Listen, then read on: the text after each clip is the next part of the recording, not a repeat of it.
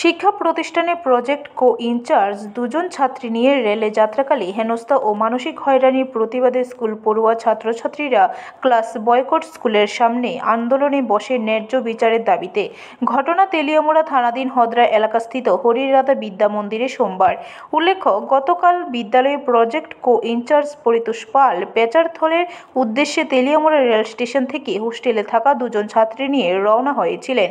কারণ স্কুলের project in charge Paritosh পাল মেয়ে দুটিকে বাড়িতে একা পাঠানো ঠিক নেই ভেবে তিনি নিজে দুই মেয়েকে সাথে নিয়ে রওনা হয়েছিল। তেলিয়ামুড়া রেল স্টেশন থেকে যে কামরায় উঠেছিল সেখান থেকে কয়েকজন মহিলা তথা কংগ্রেস দলের মহিলা নেত্রী সহ কয়েকজন পুরুষ মিলে মানসিকভাবে নির্যাতন চালায় ইনচার্জ পরিতোষ পালের বিরুদ্ধে। মেয়ে দুটির পরিবারের সাথে কথা হলেও ভুয়া আত্মীয় পরিজন বলে আমল দেয়নি তারা।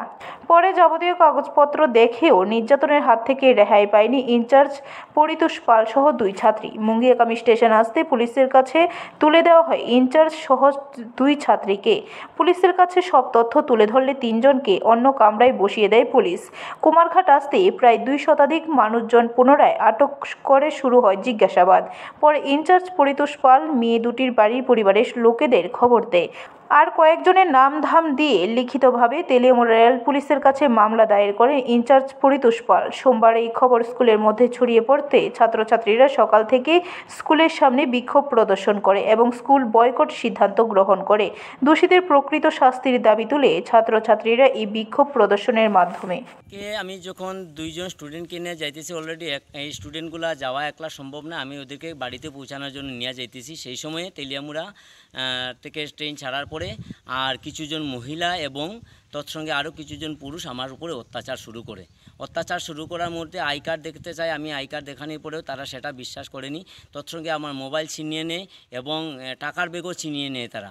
এরপরে এরকম করতে করতে মঙ্গিয়াকামী আসার পরে পুলিশ যখন আসে, পুলিশ আসার পর আমাদের ভেরিফাই করার পরে পুলিশ আমাদের ছেড়ে দেয়। ফির পুনরায় কুমারঘাট পৌঁছার সময় আর সেই আবার 200-250 জন আমার উপরে এবং মহিলা এই যে দুইটা স্টুডেন্ট ছিল স্টুডেন্টের উপরে আক্রমণ শুরু করার 2টা স্টুডেন্টকে সরিয়ে নিয়ে আমাকে এখান থেকে আলাদাভাবে রাখার পর এরপরে তারা পুলিশ যে এত কঠিন পরিস্থিতি ছিল, তাকে মারার জন্য আমার বারবার চেষ্টা করে।